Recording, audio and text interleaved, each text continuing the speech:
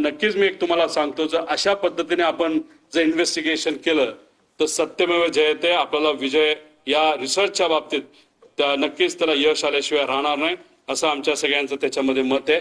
त्यामुळे या रिलेटेड राजकीय कुठलाही प्रश्न आजच्या दिवशी तिथे घेतला जाणार नाही. राजकीय प्रश्नांबाबत आणि राजकीय विषयांबाबत 12 तारखेला कुठं आणि कशी प्रेस तिथे घेणार आहे याबद्दलची माहिती आज संध्याकाळी आपल्या सर्वांना सोशल मीडियाच्या माध्यमातून मी नक्कीच सांगेन.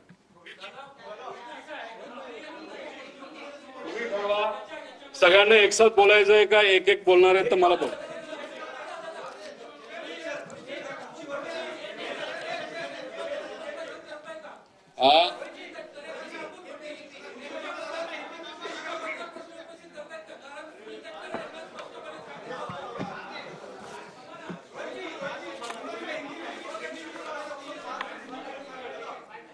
तुम्ही ठरवा.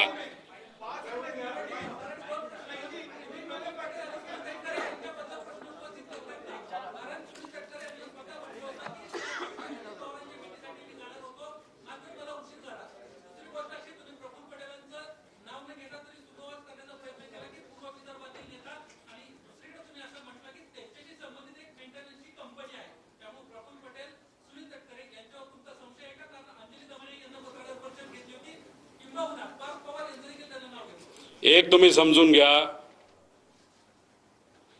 हा अपघात होता का घात होता असा प्रश्न तुम्ही केला तर आमची शंका म्हणजे माझी आणि असंख्य महाराष्ट्रातल्या लोकांची शंका आहे की हा घात होता. आता तुम्ही जर प्रेझेंटेशन बघितलं असेल तर 60-70 पानाचं मी प्रेझेंटेशन केलं. एक एक गोष्ट जी घडली, कशी घडली, कोण बैठकीला आलं होतं, कोणाचं विमान होतं, कोणाचं काय होतं, जी जी काय माहिती आमच्यापर्यंत आली ती माहिती ही तुमच्यापर्यंत पोहोचवलेली आहे. या प्रेझेंटेशनच्या माध्यमातून यांच्यावर ऑब्जेक्शन घेतोय, शंका घेतोय का त्यांच्यावर शंका घेतोय असं अजिबात कुठंच नाही. मी वस्तुस्थिती तुम्हाला सांगितली. पण या बाबतीत विमान कंपनी जी VSR आहे, एरो नावाची हँडलिंग कंपनी आणि जो कपूर नावाचा पायलट होता, या 3 कंपन्या आणि व्यक्तीवर आमची शंका आहे.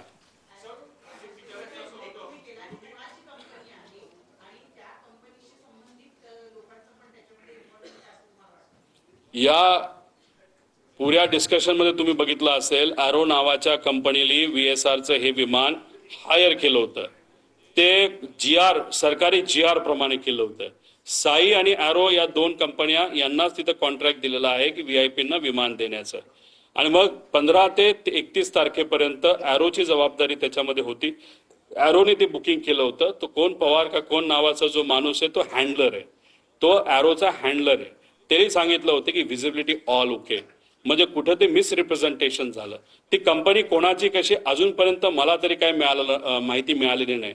पण बऱ्याच राज्यामध्ये आज जे कुठले सत्तेत आहेत त्या राज्यांबरोबर ती कंपनी काम करते असं मात्र त्या ठिकाणी आम्हाला कळालेलं. म्हणजे बऱ्याच मोठ्या लोकांचा त्यांचा संपर्क नाही तर ओळख असावी असं वाटतंय. सर, तुम्ही CID ही कॉम्पिटंट एजन्सी नाही या प्रोब करता.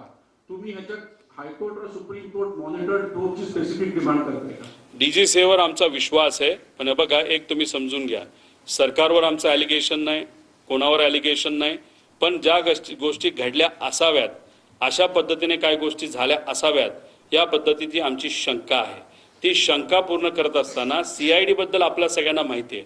आता तिथं विमानाच्या म्हणजे एअरपोर्टवर पोलीस अधिकाऱ्यांना अलाउड नसतं.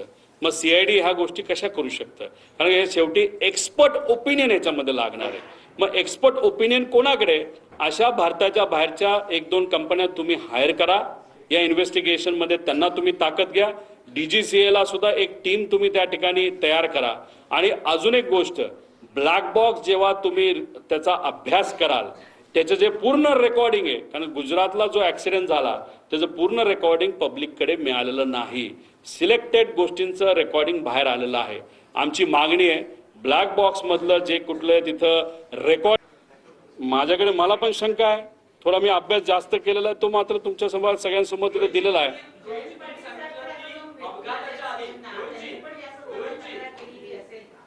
नाही, या बाबतीतलं मला काय माहित नाही, कारण मी अजून कोणाच्या संपर्कात नाही. तुम्ही सर्वजण अभ्यासू पत्रकार असल्यामुळे चांगलं प्रेझेंटेशन व्हावं यासाठी मी प्रेझेंटेशनकडे जास्त लक्ष देऊन होतो.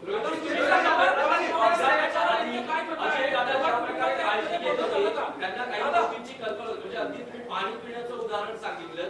तुम्ही त्यांच्याबरोबर अनेक काळ तुम्ही त्यांच्याबरोबर राहिलेला आहात. या शेवटच्या काळात ते काही दबावाखाली होते का? कारण ज्या पद्धतीने तुम्ही अपघाताचा संशय व्यक्त करतात, काही तुम्हाला त्यामागे घातपातामागे काही वाटतंय का की कोणी असू शकतं किंवा काय कारण प्राथमिक अंदाज असू शकतो? अजितदादांवर दबाव टाकणं तसं सोपं नव्हतं. लढवया नेता त्याच्यामध्ये होते ते, पण काळजी नक्कीच ते तिथे घेत होते. मी फक्त एक उदाहरण सांगितलं, त्याच्या मागचं कारण मला माहीत नाही. प्लॅस्टिकच्या बॉटलमध्ये टॅम्परिंग होऊ शकतं, त्या पाण्यामध्ये काही मिक्स केलं जाऊ शकतं, म्हणून त्यांनी ती बॉटल प्लॅस्टिकवरनं ग्लास बॉटलकडे ते तिथं वळले. हेलिकॉप्टरच्या बाबतीत मी माझा स्वतःचा अनुभव तुम्हाला तिथं सांगितला. म्हणजे काळजी कुठं ना कुठे ती त्या ठिकाणी ती होती. पाण्याच्या बाबतीत त्यांनी ॲक्शन नक्कीच तिथं घेतली.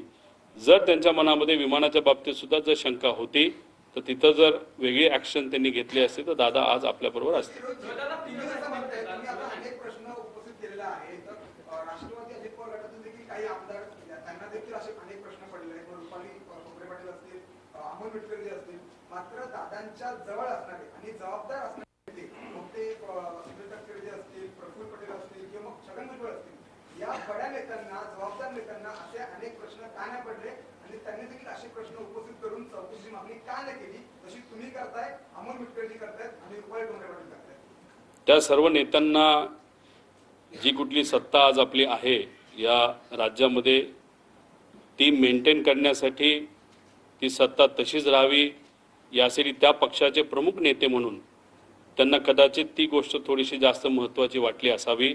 आणि हीच गोष्ट करत असताना कुठेतरी मेन विषयाकडे लक्ष न जाता दुसऱ्याच विषयाकडे त्यांचं लक्ष गेल्यामुळे कदाचित काकींची इच्छा नसताना सुद्धा शपथविधीला सुद्धा काही प्रमाणात घाई ही त्यांच्याकडनं तिथं झाली. सगळ्यांच्या प्रायोरिटी आणि महत्त्वाच्या गोष्टी वेगळ्या असतात. आम्ही आज दुःखात आहोत. आम्हाला माहिती पाहिजे की काका, आमचे दादा, हा जो ॲक्सिडेंट झाला तो कशामुळे झाला ही आमची प्रायोरिटी आहे. हे आमच्यासाठी महत्त्वाचं आहे. आणि हीच गोष्ट काकींसाठी सुद्धा महत्त्वाची आहे, पार्थ आणि जयला पण महत्त्वाची आहे. पण ह्या नेत्यांना काय महत्त्वाचं आहे हे मी सांगण्यापेक्षा गेल्या 13 दिवसामध्ये लोकांनीच बऱ्याच काही गोष्टी तुमच्या माध्यमातून बघितलेल्या आहेत.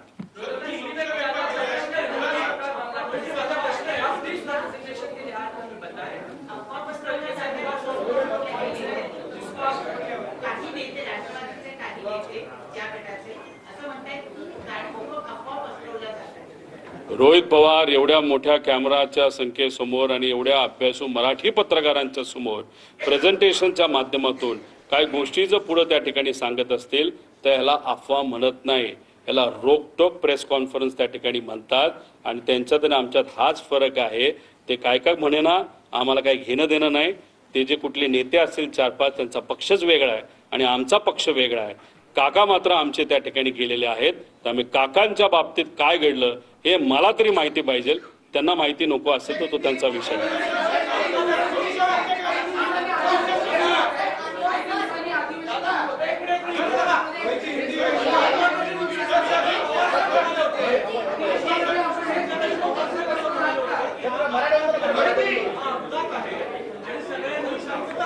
आज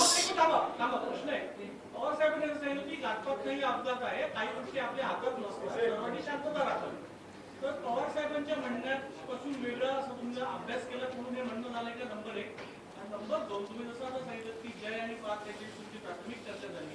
हे जे काय प्रेझेंटेशन तुम्ही केलं तुम्ही पवार साहेबांना दाखवलेलं आहे का? आणि ते दाखवून नंतर आता तुम्ही प्रेस कॉन्फरन्स घेताय? साहेबांनी जे कुठलं स्टेटमेंट त्या ठिकाणी दिलं ते 28 तारखेला माझ्या अंदाजाने 12-1च्या दरम्यान तिथं दिलं असेल. काय असेल ते म्हणजे 6-7 तास झाले होते. मी 13 दिवसानंतर बोलतो. 6 तासामध्ये आपल्याला किती कळतं आणि अंदाज काय असतात. आणि दुसऱ्या दिवशी लाखो लोक हे बारामतीमध्ये तिथे येणार होते. अर्धवट माहितीवर एखादं स्टेटमेंट मोठ्या नेत्याकडनं जर चुकीचं गेलं आणि त्याच्यावर जर लोकांनी वेगळी भूमिका घेतली तर मग जो महत्त्वाचा दिवस असतो तो दुःखाचा दिवस असतो पण महत्त्वाचा असतो लाखो लोक वेगळं काहीतरी तिथं निर्णय घेऊ शकतात. हे एवढी मॅच्युरिटी आणि एवढा अभ्यास पवार साहेबांचा नक्कीच त्या ठिकाणी आहे. 6 तासामध्ये एखादं स्टेटमेंट देणं, 13 दिवसामध्ये स्टेटमेंट देणं, याच्यामध्ये नक्कीच त्याच्यामध्ये फरक आहे. काल पवार साहेबांशी मी बोलणार होतो, पण तब्येतीचं कारण असल्यामुळे त्या ठिकाणी मला त्यांना ते प्रेझेंटेशन दाखवता आलं नाही. आणि दुसरी गोष्ट तुम्हाला सांगतो की रोहित पवारने आजपर्यंत जे काही मीडियामध्ये स्टेटमेंट दिलेले आहेत, जे काही प्रेस कॉन्फरन्सेस घेतलेले आहेत, याच्यामध्ये मी कोणाची परवानगी त्याच्यामध्ये घेतलेली नाही. विचाराचा पक्का असल्यामुळे, पवार साहेबांच्या मनामध्ये काय याचा अंदाज असल्यामुळे आजपर्यंत गेल्या 7 ते 8 वर्षामध्ये माझ्या प्रेझेंटेशन, माझ्या वागण्यावरनं, माझ्या बोलण्यावरनं मी कुठेही तिथं चूक नाही तर कॉन्ट्रोवर्सी केली नाही. तर पवार साहेबांना माहीत होतं, टीव्हीवर सातत्याने येत होतं, पण साहेबांचा माझ्यावर विश्वास असल्यामुळे साहेबांनी मलाही विचारलं नाही आणि मी त्यांना हे प्रेझेंटेशन तिथं दाखवलेलं नाही. दादा, तुम्ही जे म्हणताय जे काही मॅनिप्युलेशन झाले त्याच्यामध्ये हा एक व्यापक कट आहे असं तुम्हाला वाटतं की फक्त त्या वैमानिकाचा अतिघाई किंवा अतिविश्वास लढला हे नक्की काय की सगळं? आता वैमानिक कसा होता, काय होता, त्याचं फायनान्शियल बॅकग्राऊंड काय, अजून कुठले विषय आहेत का, डिप्रेशनमध्ये होता का, मेंटल स्टेट त्याची कशी होती, DGCAचे मेंटल स्टेटचे काही त्या नॉर्म्स आहेत, त्या मेंटल स्टेटचा वापर करून प्रेशर टाकून या पायलटच्या माध्यमातून हा घात घडून आणला. अनेक प्रश्न आहेत, त्यामुळे या प्रश्न कुठं ती एक इन्व्हेस्टिगेशन होणं महत्वाचं आहे. मी मगाशी तुम्हाला सांगितलं, इथं मला राजकीय कुठंच काय बोलायचं नाही. घातपात आहे का, तर त्याची शंका 100% आहे. राजकारण हे मी आणत नसल्यामुळे राजकीय आहे का नाही याचा मी विचार सुद्धा केलेला नाही.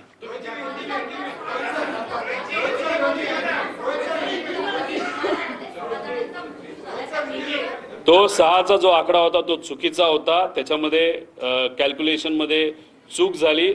तो जो मेन रिपोर्ट असतो की किती लोक त्या विमानामध्ये आहे, तो रिपोर्ट आमच्याकडे आहे. त्यामुळे उगाच दाखवायचं आणि प्रेझेंटेशन लांबवायचं म्हणून नको त्या गोष्टी याच्यामध्ये दिलेल्या नाहीत.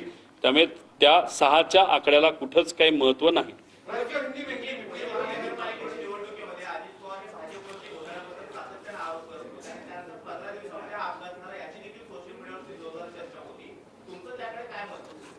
राजकीय या घटनेबद्दल राजकीय भूमिकेतून मी कुठंच तिथं त्या ठिकाणी बोलणार नाही. बोलायचं झालं तर फाईल वगैरे या बऱ्याच गोष्टी आपल्याला बोलता येईल, पण त्याला काय अर्थ नाही. कारण सरकारमध्ये असणारे सर्व नेते ज्या सत्तेत आहेत त्यांची सुद्धा नक्कीच इच्छा असावी ही घटना घडली कशी आणि उद्या घडू नये याच्यासाठी सुद्धा त्यांनी काय करावं या बाबतीत लक्षात इथं घ्यावी. अभी हिंदी में अभी एक बहुत बड़े प्रेजेंटेशन के माध्यम से लोगों के सामने अजीत दादा पवार, उनका जो एयरपोर्ट विमान का जो एक्सीडेंट हुआ था वो कैसे हुआ, कितने टाइम में हुआ, उसके कुछ टेक्निकल डिटेल्स वहाँ पे हमने दिए थे. अभी बहुत ज़्यादा डिटेल में अभी बात नहीं कर पाऊंगा, लेकिन इसमें 3 विषय है. एक तो जो VSR नाम की कंपनी है वो जिस तरीके से ऑपरेट करती है उसमें बहुत सारे इश्यूज है, बहुत सारे शॉर्टकट्स ये कंपनी वहाँ पे इस्तेमाल